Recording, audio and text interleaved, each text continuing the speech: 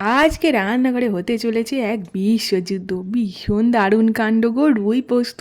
আজ তোমাদের আর দরজার বাইরে যারা ডায়েট করছো মারপিট করতে হবে না, এবার ভেতরেই মারপিট করতে পারো, কারণ এটা তোমরাও খেতে পারবে অনায়াসে। প্রথমেই এই ভদ্রলোক রুই মাছটাকে নিয়ে আসা হলো, তারপর ভালো করে নুন হলুদ দিয়ে মাসাজ দেওয়া হলো। মাছ ভাবছি এত আদর কেন রে বাবা, কিছু একটা গোলমাল আছে তো। হ্যাঁ, এরপর শুরু হলো আসল কাজ, শিলনোড়ায় পোস্ত বাটা। শিলনোড়া বলছে আজ ফাঁকি মারার উপায় নেই, আজ আমার জিম ডে। পোস্ত সুন্দর করে বাটা হয়ে গেলে চলুন মাছগুলো ভেজে তেলে তুলে নেওয়া যাক। কড়াইতে পড়তেই মাছ বলছে, আহা, স্পা ট্রিটমেন্ট নাকি? এত সুন্দর ট্রিটমেন্ট আজকে আমার জন্য, কি ব্যাপার?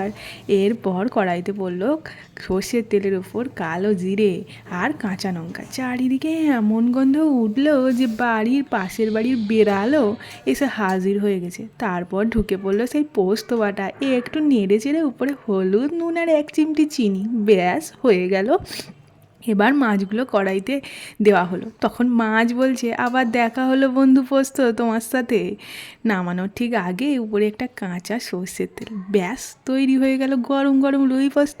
এখন শুধু এক প্লেট গরম ভাতের দরকার, তারপর যত খুশি থালা শেষ করো। তোমাকে কে মানা করছে? কেউ নয়, এই গরম পড়েছে, মেনু সিলেক্টের দরকার নেই, এটাই করো।